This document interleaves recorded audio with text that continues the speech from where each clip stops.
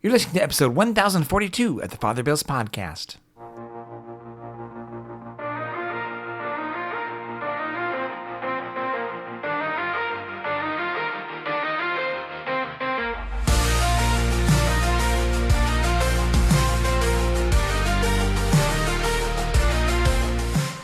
Welcome back. This week's episode is entitled Responding to Jesus with Our Lives, given on the 21st Sunday in Ordinary Time, 2026.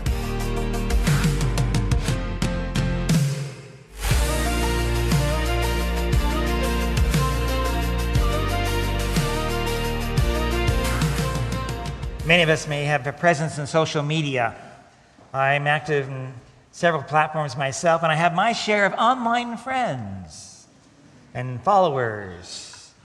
Under the, I guess it's what used to be called a fan page. There's like 10,000 people. Like, do you think I know all of those people? I don't think so. And do they truly know me?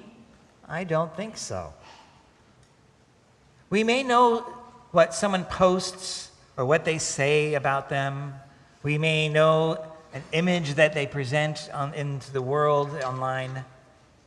But that's not the same as knowing someone. It may be being a fan, but that's as far as that goes. An authentic relationship requires more than information and impressions and likes. It cannot exist online, truly. It must be lived in the flesh, through genuine encounters with one another. We must be present and listen and allow the person as they truly are to reshape the image that we have of them. Have you met someone and you had your mind changed about them? That's the idea. So what does it mean that we say we truly know Jesus? It's part of our mission, right? Know, grow, go. Do we know him as he really is? Or is it just our imagination of who we think he is, or who we want him to be? And how do we proclaim that relationship to the world?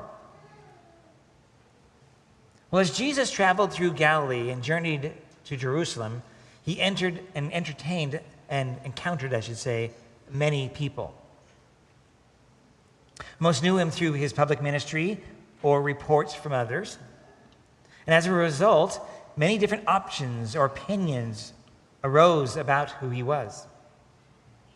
We hear of some of these when Jesus asked his disciples, "Who do the people say that the Son of Man is?" Now, in the location of this encounter, that is where he asked this question, the fact that he's where he is important. It brings greater depth. It's called Caesarea Philippi, again. We heard that in the gospel. There, haven't been there myself, there's an immense rock cliff, and there contain niches that have been carved out of stone, sanctuaries, you might say, for pagan worship. In the shadow of these monuments, the disciples reported the people's answers. The people recognized that Jesus was an extraordinary person, but the answers were incomplete. He's not just one of the prophets or another prophet. Then Peter, standing before God's carved in lifeless stone, confessed Jesus to be the Christ, the Son of the living God. Not just one God among many, but the Son of the living God. Now, Peter did not arrive at this answer through just observation and familiarity or social media, obviously. Jesus told him, "Flesh and blood has not revealed this to you, but my heavenly Father." Peter's confession was a gift of grace. The Father had revealed his Son to him. Peter's answer was personal, but not private. In a place dominated by stone monuments to pagan gods, Jesus called Peter rock. Those lifeless idols could neither speak nor save, and it would be upon this rock, Peter, not those other rocks, whom Jesus would build his church and entrust him with the keys of the kingdom of heaven. His church would continue as a living people who would proclaim the good news and live it together. And we're that people. Peter's confession also demanded that it was more than just words. It demanded for a response in the way that he and all disciples would live. And as we hear next week, and this is a precursor or a preview of next week, Peter did not yet understand Jesus fully. Didn't understand what would be required. Jesus told the disciples that he must go to Jerusalem. He would have to suffer and be killed and then be raised on the third day. Peter then rebuked Jesus and tried to stop him. Do you remember what Jesus said in reply? Maybe some of you might remember this. You never want to hear this in prayer, by the way. Get behind me, Satan. Ooh, yeah. You are not thinking as God does, but as human beings do. Peter correctly proclaimed who Jesus was. He was the Christ, the Son of the living God, but he still had much to learn about what kind of Christ Jesus would be. He was still coming to know him. And the same is true for us. We're still trying to come to know him. It's a relationship that continues. Christ comes to us through the scriptures proclaimed, the teachings of the church, our prayer, the sacraments, especially the sacraments. And through these, he does more than just give us information about himself. He draws us into communion with him, an intimate communion, if we allow it. Like Peter, we know Jesus because the Father reveals his Son to us. And even after we profess our faith, which we will in a minute, we must continue learning what it means to follow Jesus as he truly is, and not how we would prefer him to be or the parts that we like that are akin to our politics or preferences. If we truly know Jesus, that knowledge cannot remain only in our minds and our lips. A relationship with Christ reshapes the way we live. So it begs the question for us all, myself included, where do you stand with Jesus? What is your answer to his question that he's asked?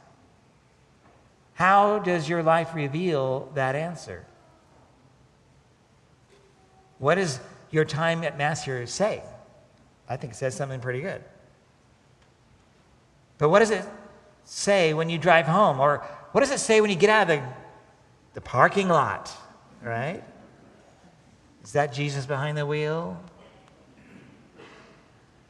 Who is Jesus in the way you treat your spouse, your children, or a stranger or friends, people in need? Who is he when someone you love is suffering? Who is he in times of trouble? Who is he when resentment takes hold or generosity becomes inconvenient? Who is he when you lost your job? Who is he when forgiveness seems unreasonable or telling the truth will cost you something? Who is he in times of tragedy or when you can't see the way out of a situation? Who is he when you feel totally lost? Who is Jesus in times of great joy? Who is he when you got that job that you really wanted, or received an unexpected raise, or a compliment from your boss or coworker, or you won that hard-fought game? Who is Jesus then? Who is Jesus in the quiet decisions that no one will notice? Who is he when nobody's watching? Jesus still asks all of us, myself included, who do you say that I am? The most powerful answer will not be the one we give only with our lips or post online, but the one we give with our lives.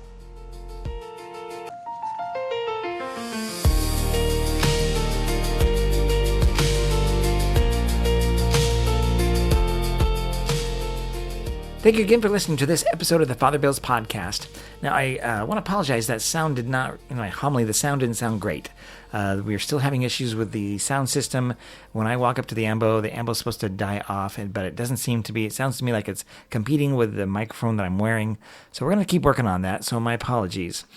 Now, as I end this particular episode, I've been messing with some AI for music, and I thought maybe I'll try something different, some stuff from the 70s, a style from the 70s, what often has been called prog or progressive rock, prog rock, and it might sound familiar to you if you're of my age. I'm 59, and if you were around in the 70s and 80s, especially the 70s, you might find this is kind of interesting because it sounds like, well, who does this sound like to you? To me, I think it sounds like a combination of Supertramp and Queen. Anyway, I'll be ending this episode with a song entitled Answering with Our Lives. May God bless you and have a great week. Bye-bye.